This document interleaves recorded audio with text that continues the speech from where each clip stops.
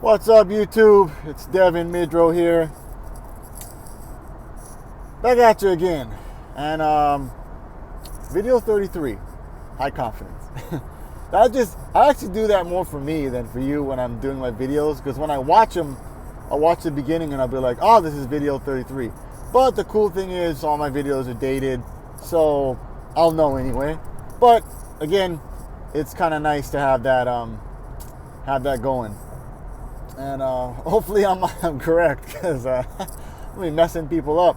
Because I have it all like, I've been labeling them now, video 1, video 2, video 3, video 4, and all that stuff. So maybe it'll be kind of funny when people watching it and they go, oh no, it's not video 33, it's video 34 or something like that.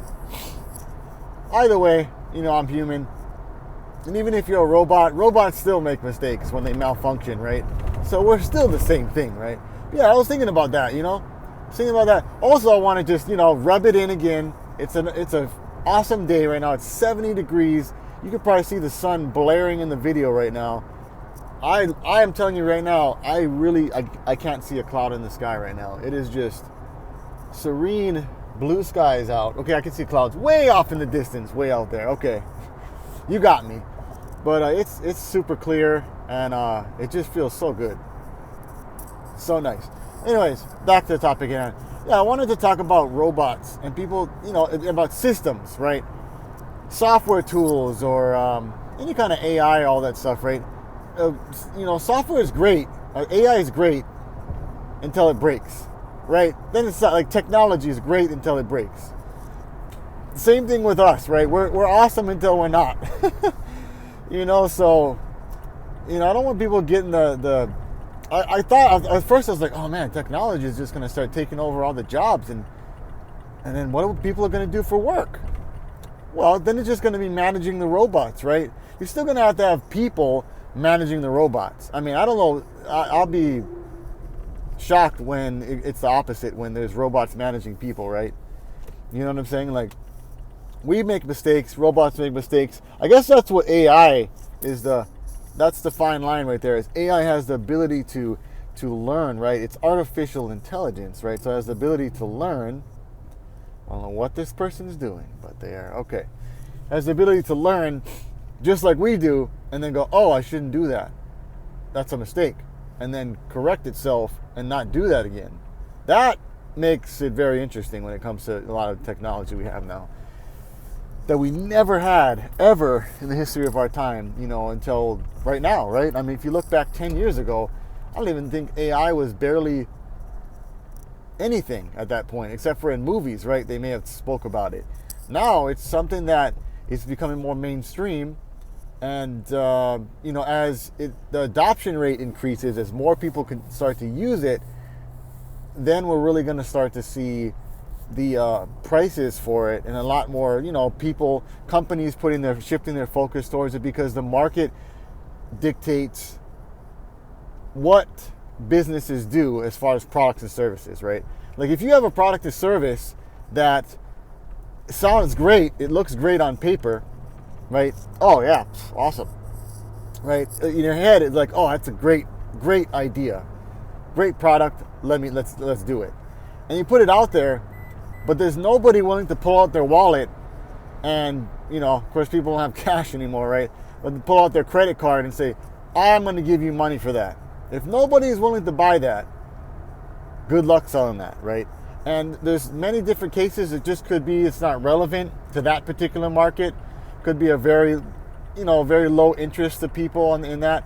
You could be ahead of the curve, right? Like, for example, QR codes. QR codes now it's normal, right? You see QR codes everywhere you go. I see them all the time because I'm purposely looking for them, because even in my business ventures, I use QR codes as well, because it's so seamless, right? Now you can't even take it off your phone. The camera app is a permanent app on your phone. I don't think you can delete a camera app. I'm pretty sure there are some apps that are just like hard-coded into your Apple phone or your Android phone. I got an Apple phone, so I don't know. It's one thing I don't know how to navigate is an Android phone. I could use Windows, I could use Mac for like the PCs very well. I know both pretty well. But as far as the Android phone, man, I have a hard time when I ever like get somebody's Android phone in my hand, and I'm like, okay, let me see. I can figure it out, but there's some things that I probably would have to ask for help to navigate. Anyways, getting back to your camera, you open your camera app, right? You put it on a QR code. I'm sure everybody watching this is like, duh, I know how to do that. Because the adoption rate is so high now, everybody does know how to do that, right? There's probably a few people that don't, but for the people that don't know, you open up your camera app, you point it at the QR code, it will automatically have like a link pop up on your camera app within the camera, image. You click that link and it'll take you to that website link, right? You could be driving past a billboard and they could put a big QR code on the billboard and people can go, oh, okay, you can pull out your phone and within seconds have your camera app up and just boom, you can lock into it. You can tap on that little, link that pops up and you're on the website, right? It's pretty powerful. It's pretty powerful. I really think it's an incredible software upgrade for technology. But 5 years ago, QR codes were really very on the bleeding edge, if you will. And they had apps that you could download that could go up to QR codes and you could do the same thing. But a lot of times people didn't have the apps. And if they did, they'd have to go in and have to find the app, they'd have to click it, and by the time you did all that, you already drove past the billboard, you missed it. Or you were walking around, you past a restaurant, and you're like, I don't know where the app was, or it's just too clunky or whatever. Now it's intuitive, right? It's right on top, your phone. And that's really what it comes down to is even then, even the greatest technology out there, it's fallible, just like us. We're the same way, right? So with that said, you want to create systems and processes that can help you to eliminate those failures that we have, or those make fail safes, right? For when we do slip up and we do forget or we do make a mistake, we have, a system in place. Like a really good way to describe it, I think, and to close out, because my time is dwindling right now, is if you look at pilots, right? Think about if you're in the air. It's not like you could just pull off on the side of the road like in a vehicle and just, okay, hold on, I gotta figure out where I'm going. Let me pull off to the side and park and figure this out. It's when you're in the air, you got no choice at that point.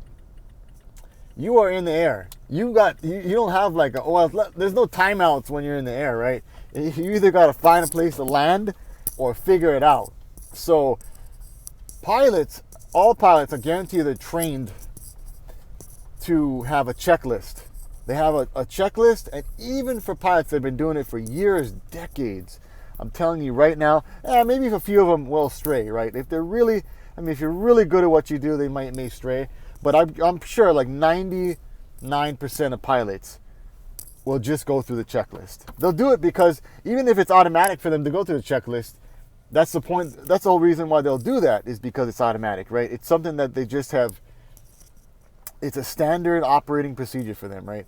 They have these checklists, and they want to ensure that they are going to get the plane in the air safely and out of the air safely. And they're going to go down these checklists, and they're going to check off each one. It's a mundane task. I'm sure it's boring to most pilots, but they understand the importance of safety, and of course all the people or whoever they're flying with, right? It could be a commercial airline, could just be a private jet, could be a little old school plane, right? I don't even know the name of it at the top of my head right now. And you got to have that checklist to ensure that you and everybody else flying with you gets there to and from safely. So I think I'll tie off with that, right? I'll put a bow on it with that. And exciting stuff. Each video gets me closer to that road to 100. I don't know what's going to happen when I get 100 videos. I don't know. I have no idea. They say if you do 100 videos or you get a lot of content, that you get a lot of people following you, and boom, you build a large list of subscribers, and you can potentially monetize it, build a business off of that, or you got a lot of different options you can do. You can influence people, right? So, we'll see what happens, right? I'm not worried about the how or the when. I'm just doing the work. That's what I want to leave you guys with, really. If I had to leave you with anything that's really powerful, don't worry about how it's going to work. Don't worry about when it's going to happen. Don't worry. Just work. Just do the work. Just do the activities. Like I said, road to 100 videos. I'm just doing the videos. This counts right here. I'm doing it. I'm not, editing the video. I may not be saying the best things on top of the video. Doesn't matter. The key is just get the 100 videos out the way, and then I could look back and go, okay, let me see if I can make some edits here. Maybe let me see if I can improve on the next 100, right? That's really the key. So, I'll leave you with that. And until next time, don't forget to like, subscribe, hit the notification bell, and I'll catch you on the next one. Aloha.